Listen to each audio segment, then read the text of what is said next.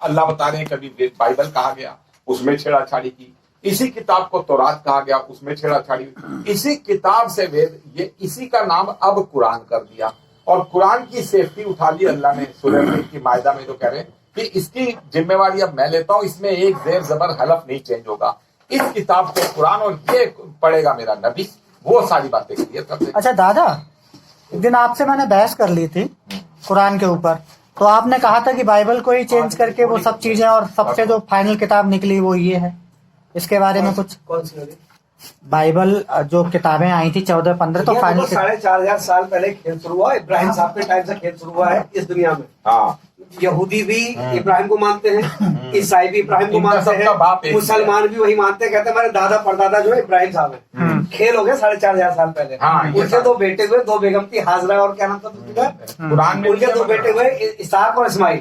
वहां से सारी बैंड चली है, यहूदी धर्म बनते चले गए, ईसाई धर्म बनते चले गए, फिर इस्लाम धर्म आ गए, तलवार ले ली के भैया अब हम चलाएंगे। इस्माइल के खानदान वालों ने तलवार ले ली और यहूदी पहूदी आगे, फिर ये इसहाक वालों ने अब ले ली, मोहम्मद ने, कह रहे वो तो हमारा भी तो दादा था। इस्माइल की बैंड चलती रही है यहूदी और ईसाई धर्म तक, एक बैंड चलती रही, दादा परदादा पोते पोते 1,24,000 कमोबेश बनते गए। मोहम्मद साहब ने उठा लिया 88 साल है, अब चलेगी हमारी नहीं। हाँ, तुम्हारे एक बाप के 2 बेटे थे, तो मोहम्मद साहब ने तलवार ले ली, भैया तुम्हारे आएंगे, तुम ही नबी बनोगे, हमारे परदादे का क्या रहा। हाँ, उन्होंने तलवार लेकर उन्होंने खड़ा कर दिया कि इसहाक से हम। काबा में पूजा हुआ करती थी, काबा में 360 मूर्तियां थी, और उन मूर्तियों को इधर ही रखो। अच्छा, हाँ, कहीं भी रखो। मूर्तियां जो थी तोड़ी गई, मूसा साहब ने तोड़ी, जिसने भी तोड़ी, और 10,000 लोगों के साथ, सेना के साथ जब काबा पे हमला किया मोहम्मद साहब ने, वायरल हो, मोहम्मद साहब ने जब हमला किया है 10,000 सैनिकों के साथ, तो काबा वालों का, हमें क्योंकि मूर्ति पूजा वाले लड़ने वाले आज तक नहीं है, अब भी नहीं है,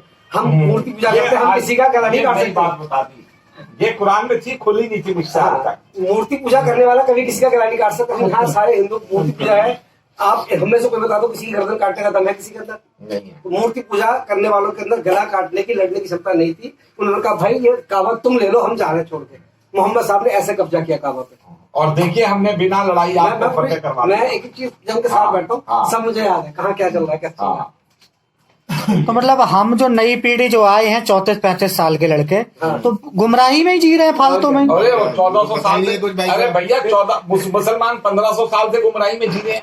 नहीं, उनके बारे में बात नहीं करनी मुझे, उनके बारे में बात नहीं करनी मुझे, बात करनी है मैं 34 साल का हो गया तो मैं गुमराही में जी रहा हूँ। गुमराही में क्यों? आप मूर्ति पूजा सही चल रहे हो, आपका धर्म सही है, कुरान आपको ये तो मानना प्रमाणित कर रहा है। कुरान तो कह रही है केवल मुसलमानों को, इसमें तुम्हारा ही अल्लाह शब्द जो दे दिया ना, अल्लाह शब्द, अल्लाह को लिखो ALLAH, ऑल आर हिंदू। मूर्ति पूजा करते थे सारे लोग, यही है अल्लाह का, सारे लोग पूजा करते थे, वो अल्लाह शब्द जोड़ दिया, all are Hindu, all are Hindu. और क़यामत का मतलब कि कुरान की डिलीवरी है ब्राह्मण द्वारा, अल्लाह इंग्लिश में और पढ़ लो, कुरान से डिलीवरी सनातन धर्म। नहीं तो कुरान की डिलीवरी अभी तक हुई ही नहीं हुई ना। वो मूर्ति पूजा करने वाले जो थे, ये लड़ाइयाँ क्यों चल रही है? क्योंकि कुरान अब तक मिली नहीं संसार को। क़यामत का मतलब ही कुरान में ये लिखा हुआ है। नहीं तो कुरान का मतलब ही ये लिखा हुआ है, कुरान के अंदर ये लिखा हुआ है कि कुरान, क़यामत का मतलब एक ब्राह्मण द्वारा संसार को कुरान की डिलीवरी, और कुरान द्वारा संसार को सनातन धर्म की डिलीवरी। तो अभी तक जो ये पढ़ रहे हैं ये कुरान, हाँ, ये क्या है? फर्जी है, गलत है।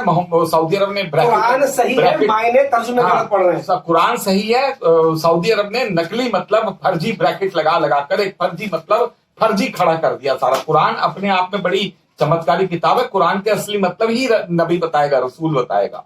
कुरान असली आज तक मिली नहीं, अब मिलेगी संसार को असली कुरान। कौन लाएगा? कौन लाएगा? मैं लाऊंगा। मैं कितना वेट करूं? कितना वेट करूं? ये तो मैं बता रहा हूँ, मोदी को मैं सब जगह सुप्रीम कोर्ट 22/5 SC/EPIL 2023 नंबर पे सुनवाई कर दो, कुरान आ जाएगी सामने। दोबारा बताना यही शब्द जो बोला। सुप्रीम कोर्ट की याचिका 22/5 SC ब्रैकेट में E/PIL 2023 की सुनवाई करवा दो। कुरान का असली मायने 1 घंटे में इस्लाम खत्म हो जाएगा। टोपी, दाढ़ी, नमाज, अजान, मस्जिद, मोहम्मद, ये 6 शब्द 1 घंटे में खत्म हो जाएंगे। ये तो बीजेपी सरकार होने नहीं दे रही मेरी सुनवाई को। तो यूनिफॉर्म सिविल कोड लागू कर दो, उसमें खत्म हो जाएगा। एक दाढ़ी और फलाना ठिकाना जो बता रहे हैं क्यों वो सब कर ही क्यों रहे हो? जब आपके पास एक याचिका है उस पर सुनवाई कर दो, अगली डेट से पहले अगर इस्लाम रह जाए भारत में, धरती का तो मैं नहीं कह सकता, भारत में अगर अगली डेट से पहले इस्लाम रह जाए, मुसलमान खुद ही अपनी टोपी उतार उतार के फेंक देंगे। कुरान में लिखा हुआ है कि ये टोपी दाढ़ी लगाकर सड़क पे क्या करके चलेंगे, अपने घर के शीशे के आगे अपनी शक्ल देख के अपनी छाती पीट लेंगे और बोलेंगे हाय अल्लाह, अगर ये कुरान हक है जो मैं कुरान बता रहा हूं तो हम पे पत्थरों की बारिश कर।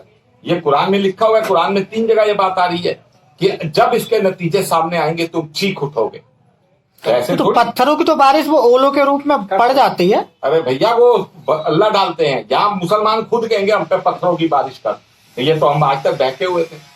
कुरान का मतलब कयामत का, देखो कुरान का मतलब पढ़ी जाने वाली, आज तक तो पढ़ी नहीं जा रही, आज तक तो जलाई जा रही है। जो मुसलमान पढ़ रहे हैं वो गलत पढ़ रहे हैं। कयामत का मतलब कुरान की डिलीवरी भारत के संबल क्षेत्र के ब्राह्मण द्वारा संसार को, और कुरान से सनातन धर्म की डिलीवरी संसार को, यही है क़यामत का मतलब। और अल्लाह का मतलब ऑल आर हिंदू। धर्म या फसाना, सच या झूठ, मिलते हैं ब्रेक के बाद। डॉक्टर अनिल पाल, नमस्कार।